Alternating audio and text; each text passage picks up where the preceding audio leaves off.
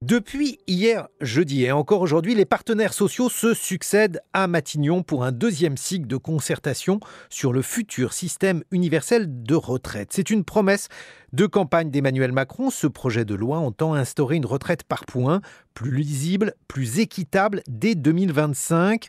1 € cotisé donnera les mêmes droits à tous. Le chef de l'État a dit sa préférence pour retenir la durée de cotisation, mais l'idée de cet âge pivot n'est pas enterrée, dit la porte-parole du gouvernement. À l'occasion de cette réforme des retraites, le hashtag s'intéresse cette semaine au travail des seniors, puisqu'il faut bien travailler avant de toucher sa retraite. Travailler après 55 ans, c'est un reportage d'Antoine Jeffin.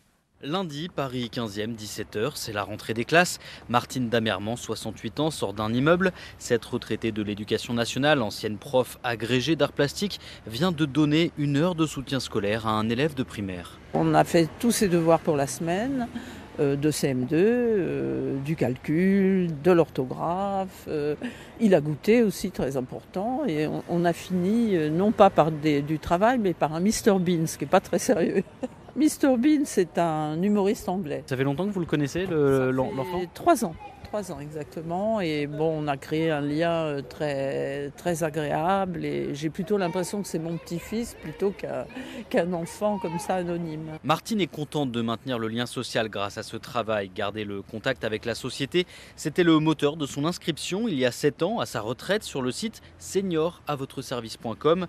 Il met gratuitement en relation des seniors voulant travailler avec des particuliers et des entreprises. Je peux faire de l'aide aux devoirs, des ateliers d'anglais, écrit alors Martine. L'intérêt est aussi économique pour elle, augmenter sa retraite, environ 2400 € par mois, grâce à ce petit travail qui lui donne de l'argent de poche. Ce sont des tarifs plus symboliques qu'autre chose, c'est de l'ordre du SMIC, 150, 200 €, et c'est quand même important. C'est du beurre dans les épinards, voilà. J'ai des impôts importants quand même en tant que célibataire, donc ça représente une aide importante. Vous pouvez retrouver l'interview en longueur de Martine sur la page web de Hashtag. Vous entendrez également la fondatrice du site senior-à-votre-service.com.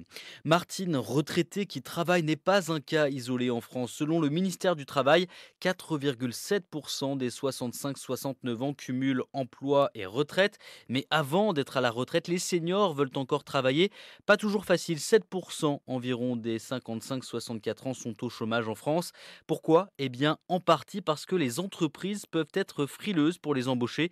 C'est ce qu'explique Benoît Serre, vice-président délégué de l'Association nationale des DRH. Quand vous recrutez pour un poste et que vous recevez des candidats qui ont 55, 56, 57, vous hésitez un peu quand même. Vous vous dites c'est quelqu'un qui a beaucoup d'expérience, donc ça c'est un point positif. En même temps c'est quelqu'un qui vient d'autres entreprises, donc il va mettre un certain temps à s'adapter à la culture de l'entreprise. Est-ce qu'il est encore assez souple ? Est-ce qu'il est encore assez agile ? Est-ce qu'il est encore capable d'accepter un peu les contraintes de quelqu'un qui débarque dans une nouvelle entreprise ? Est-ce qu'il va accepter d'avoir un chef plus jeune que lui ? Quand vous recrutez un senior, vous ne pouvez pas le mettre avec n'importe quel manager. Il faut un manager qui va être capable de gérer ce type de personnes quand même. Vous avez tout un tas de critères qui vous rentrent dans la tête en vous disant, bon, le temps que je vais mettre à l'intégrer, à le former, à le préparer, à le rendre performant, mettons que je vais mettre 2 ans, je le recrute à 58 ans, et en fait, il sera totalement efficace à 60. Donc ça vous complique un peu la vie, quoi. 58 ans, c'est exactement l'âge de Laurent, bilingue, ancien cadre commercial, au chômage depuis 4 ans et demi. Vous pourrez lire et entendre son témoignage sur la page web de Hashtag. Laurent a des liens fréquents avec Pôle emploi qui ne fait pas de discrimination à l'embauche en faveur des plus âgés. C'est interdit, mais qui organise du coaching pour seniors afin qu'ils sachent répondre aux objections des recruteurs. Muriel-Henri Chisambou, directrice territoriale du Pôle emploi Lot et Tarn-et-Garonne, en fait la liste. Vous êtes trop âgé, donc pas en capacité de vous adapter. Votre expérience est intéressante, mais vous n'êtes pas connecté aux nouvelles technologies. On a toute une liste de ces objections qu'on entend très régulièrement quand on rencontre les chefs d'entreprise qui sont repris. Un à un, les seniors sont confrontés à ces questions dans des jeux de rôle. Nous les faisons travailler sur comment se présenter de la meilleure des manières sans être déstabilisés par un argument de cette nature. Malgré ces efforts, les seniors français travaillent moins que leurs homologues européens. 28% des 55-59 ans ne travaillent pas, qu'ils soient à la retraite, handicapés ou au chômage. En Suède et en Allemagne, par exemple, c'est moins de 15%.